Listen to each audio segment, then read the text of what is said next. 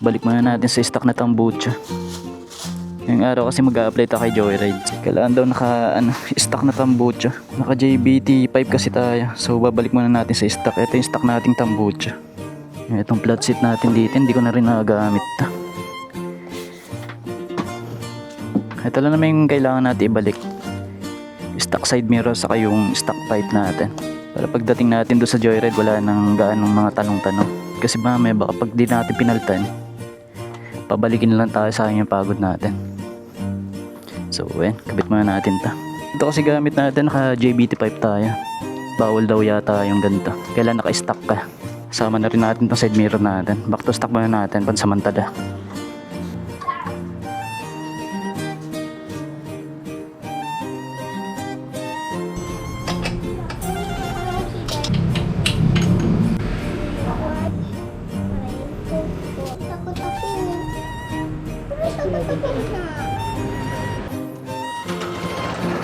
Ang tahimik.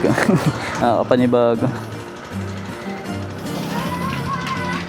All goods na tayo. Nabalik na din natin yung stock side mirror natin saka stock pipe. Mamaya pupunta na lang natin mismong Joyride para makapag-apply na tayo. Update ko na lang kayo mamaya mga paps pagka doon na tayo sa mismong Joyride. Dito na tayo sa mismong Joyride mga paps. Matapos nga halos 15 minutes na biyahe natin, ay nakarating na nga din tayo dito sa mismong office ni Joyride. Sad to say lang mga paps, di tayo pinayagang mag-video sa loob. Gusto ko man sanang i-document lahat ng mga step by step na mangyayari dun sa loob para din may idea kayo kung sakali mag-apply din kayo dito kay Joyride. Kaya lang no choice tayo kundi sumunod. Mag-apply po Joyride. Para license sir. Off na lang yung camera natin sir, naka-open pa. Naka-open. Bawal ba dun sa loob? Off na lang pa. Dito pala sa driving skill test ni Joyride mga paps, kung sino yung rider na nasa likuran mo ay siya ang magiging angkas mo. At di ka pwede mamili kung sinong gusto mong iangkas.